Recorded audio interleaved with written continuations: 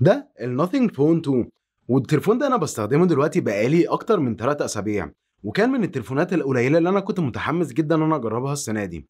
وفعلا التليفون ده فاجئني جدا، وشايف ان هو قيمه كويسه جدا مقابل سعره. وخلينا نبتدي بالسعر لان دي اكتر حاجه الناس اتكلمت عنها، واكتر فرق بينه وبين الجيل اللي قبله. التليفون ده سعره بيبتدي ب $600، النوثينج فون 1 كان سعره بيبتدي تقريبا $400. لكن الفكره ان التليفونين مختلفين تماما. النوثينج فون 1 كان تليفون فئة اقتصادية، فئة متوسطة، بسعر قليل اللي هو $400. لكن التليفون ده نازل بمواصفات فلاج شيب لكن بسعر $600. التليفون ده فيه السناب دراجون 8 بلس جن 1، المعالج اللي فيه هو معالج فلاج شيب بتاع السنة اللي فاتت. لكن لما تفكر فيها، التليفون ده فيه معالج احسن من المعالج اللي كان في الاس 22 الترا. الاس 22 الترا سعره لما نزل كان $1200، ده فيه معالج احسن منه لكن بنص سعره $600.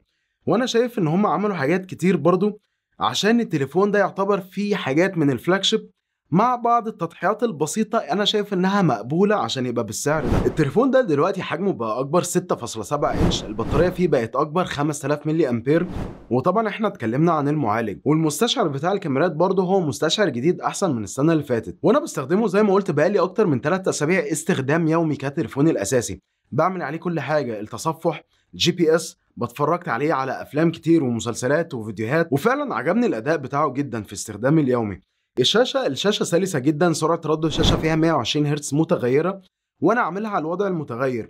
وفي طول الفترة اللي انا استخدمتها دي انا ما حسيتش باي مشاكل او اي تعليق او اي صراع ترددات اللي انا كنت بتكلم عنه قبل كده، اللي شفتها في كتير من الفلاج شيب قبل كده. والوان الشاشة حلوة جدا وهتستمتع جدا وانت بتستخدمه وبتتفرج على محتوى عليه. لكن هنا بقى عندي نقطة، دي برضو من التضحيات اللي احنا بنتكلم فيها. السماعات بتاعته انا مش شايف انها احسن سماعات، ما اقدرش اقارنها بالسماعات الفلاج شيب. السماعات كويسه هتسمع بيها كويس، لكن ما فيهاش دايناميك رينج عالي، ما فيهاش الصوت المحيطي معقول مش احسن حاجه، واحسن من فلاج شيب قبل كده انا جربته اصلا ما كانش فيه صوت محيطي. لكن انا شايف ان الصوت بتاعها يعتبر معقول جدا بالنسبه للسعر بتاعه. معاكم مهند هنا من المستقبل.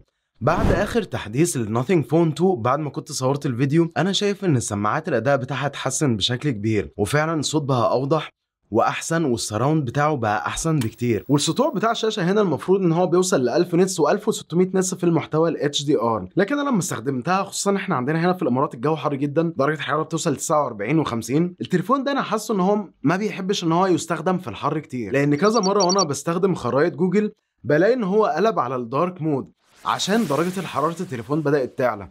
وكتير جدا برضو ابقى بستخدمه مثلا وانا بره ومعايا الايفون، فالاتنين في نفس البيئه، التليفون ده بيفصل عشان درجة الحرارة. فدي ما تعتبرش مشكلة في التليفون، لكن التليفون ده اللي هو بيعمل بروتكشن عشان التليفون ما يسخنش بزيادة. وطبعا عملت عليه اختبار الجيمنج لمدة ساعة متواصل. التليفون في بداية الاختبار كان بادئ بدرجة حرارة عالية شوية، يعني انا كنت لسه شاحنه وكنت لسه منزل اللعبة عليه، فدرجة حرارته اول ما ابتديت الاختبار كانت 27 درجة مئوية. هي كانت 28 وانا حاولت استنى شوية اسيبه يهدى شوية، بعدها ب 10 دقايق وربع ساعة كانت لسه 27 درجة مئوية.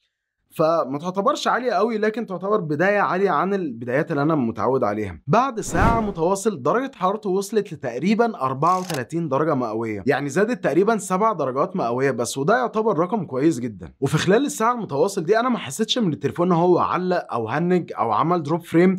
الاداء بتاعه كان سلس جدا من اول دقيقه لحد اخر دقيقه، وده يجيبنا الاداء بتاعه واداء البطاريه، لان دي من اكتر الحاجات اللي ابهرتني في التليفون ده. طبعا حطيته في اختبار الجيمنج، بدات الاختبار البطاريه بتاعته كانت 98%، بعد 10 دقائق لعب متواصل البطاريه بتاعته نزلت ل 96%، يعني نزلت درجتين في المية. وبعد ساعه متواصل من الاختبار البطاريه بتاعته نزلت ل 86%، يعني استهلك 12% في ساعه متواصل. وانا شايف ان ده رقم كويس جدا ورقم معقول، مش احسن حاجه لكن رقم معقول. لكن الفكره بقى في الاداء بتاعه من غير جيمنج. البطاريه بتاعته تقريبا ده من اكتر التليفونات اللي قعدت معايا. التليفون ده كان بيوصل معايا ل 11 وال 11 ونص ساعه استخدام على مدار يومين، مش في يوم واحد. يعني التليفون ده بات وصحي وكمل معايا بقيه اليوم، وكمان كان بيخلص ساعات في بدايه اليوم الثالث. وانا حاولت كتير جدا ان انا اخلص البطاريه بتاعته في نفس اليوم، لدرجه ان انا كنت بسيب عليه فيديوهات شغاله لمده 8 ساعات وشويه، وكنت بصحى الاقي التليفون لسه زي ما هو، الفيديو خلص والتليفون لسه شغال. ففعلا البطاريه بتاعته تعتبر ممتازه، والتليفون ممكن تشحنه بشاحن ال 45 واط اللي ناثينج منزلاه. وانا جربت الاختبار سرعه الشحن بتاعته التليفون من 0% بعد 10 دقايق وصل ل 31%، وبعد 40 دقيقة وصل من 0 لحد 90%، وعشان يشحن 100% قعد 55 دقيقة تقريبا. طبعا 90% في 40 دقيقة يعتبر رقم كويس، مش أسرع تليفون ولا من أسرع التليفونات اللي اتشحنت، لكن ما يعتبرش برضه من الأبطأ التليفونات. وبالنسبة للقارئ البصمة اللي تحت الشاشة فالأداء بتاعه كان كويس جدا، بيفتح وبيستجيب معاه بسرعة. لكن المشكلة اللي أنا ملاحظها معاه إن هو بيفتح مع صباع كويس جدا، والصوابع التانية الأداء بتاعهم مش أحسن حاجة وما بيقراهمش كويس. وممكن عشان انا بشتغل بايدي كتير فصوابعي بايظه، فيمكن هو بيقرا الصباع ده احسن واحد. اما بالنسبه لنظام الكاميرات بتاع التليفون فهو يعتبر نظام كويس جدا، خصوصا مقارنه مع سعر التليفون ال $600. ده مش تليفون فلاج شيب، ده تليفون عامل نفسه فلاج شيب بسعر $600. التليفون بيديك اداء كويس جدا، بيديك الوان كويسه جدا، لكن للاسف اللي انا خدت بالي منه في تصوير الصور والفيديو الدايناميك رينج فيه مش احسن حاجه، خصوصا لما يكون فيه مصدر ضوء او انت بره في شمس والشمس ضاربه عليك، فهتلاقي الصوره او الفيديو ملسوع. لكن في الظروف الطبيعيه التليفون هيديك اداء كويس جدا وصور كويسه جدا. حتى لون البشره لما جربت عليه تصوير الفيديو بالكاميرا السيلفي وتصوير الصور الكاميرا السيلفي، لون البشره بتاعته كان كويس جدا، والاداء بتاعه في الاضاءه الضعيفه برده كويس، بيديك الوان والانوار كويسه جدا. لكن لما يكون عندك مصدر ضوء شديد فهو تلاقي الصوره ملسوعه شويه، مش احسن حاجه. برده الدايناميك رينج بينطبق عليه في الصبح او بالليل. وطبعا تقدروا تشوفوا كل الصور والفيديوهات اللي انا جربتها بيه موجوده في الهايلايتس عندي على صفحه الانستجرام. وتجربه السوفت وير بتاعت التليفون فهي كويسه جدا، قريبه من الستوك اندرويد. ولما تشغل التليفون مش هتلاقي مثلا 50 ابلكيشن ما همش اي ثلاثه لازمه من غير ما تكون مقرر اصلا اذا كنت تنزلهم ولا لا. وكمان اول ما تشغل التليفون بيديك خيارين، بيديك خيار ان الايقونات تبقى لنظام الاندرويد العادي او تطبق اللي هي الايكونز بتاعت نوثينج. وانا شايف ان الايكونز بتاعت نوثينج شكلها كويسه جدا، لكن هي مش موجوده على كل الابلكيشنز. فانت لما تختارها او زي ما انا اخترتها فهتلاقي معظم الابلكيشنز فيهم الايكونز بتاعت نوثينج، وفي ابلكيشنز هتلاقيها بالايكونز بتاعتها. وكمان في اوبشن هنا ان انت تعمل النغمات بتاعتك بنفسك. فكرني بايام ال 3310 وال 3330، ايام ما كنت بتعمل نغماتك بنفسك او بتجيبها، ودي حاجه كويسه جدا. والنغمات اللي انت بتعملها بتستغل كل الزونز ال 11 زونز بتوع الليدز اللي موجودين ورا. وهنا النوثينج فون 2 بيستغل الزونز دي بشكل اكتر من النوثينج فون 1. والليد اللي ورا دي هتبقى بتبين لك البروجرس بتاع التايمر، او مثلا لو انت مستني اوبر او بتستخدم الابلكيشنز اللي بتستخدم الليد دي انها بتوريك البروجرس بتاع الاوردر بتاعك جاي امتى، ممكن الشريط الليد اللي هو في الزاويه ده ممكن تستخدمه ان هو يفضل ثابت ويفضل شغال. لو جالك اشعار من تطبيق معين انت بتختار التطبيق ده، لو جالك اشعار تفضل منوره عشان ما يفوتكش الاشعار اللي انت مستنيه. فالموضوع مش بس ان انت تشوف ان هو بيشحن ولا لا او بتشغل عليه نغمات، فليه استخدامات تانية. بس في الحقيقه وفعليا انا في ال3 اسابيع اللي انا استخدمته فيه انا ما استخدمتش الحاجات دي ولا مره، لان انا مش من الناس اللي بتفضل حاطه التليفون ده على وشها.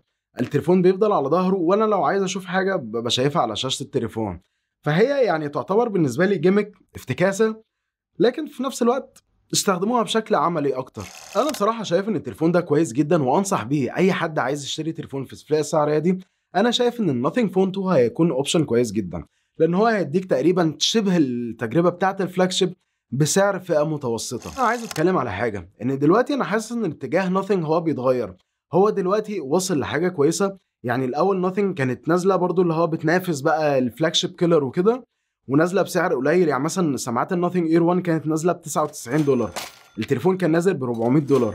دلوقتي النوثينج اير 2 نازله ب $150، التليفون نازل ب $600. دلوقتي هم في مكان كويس وفي افريج كويس وبسعر كويس.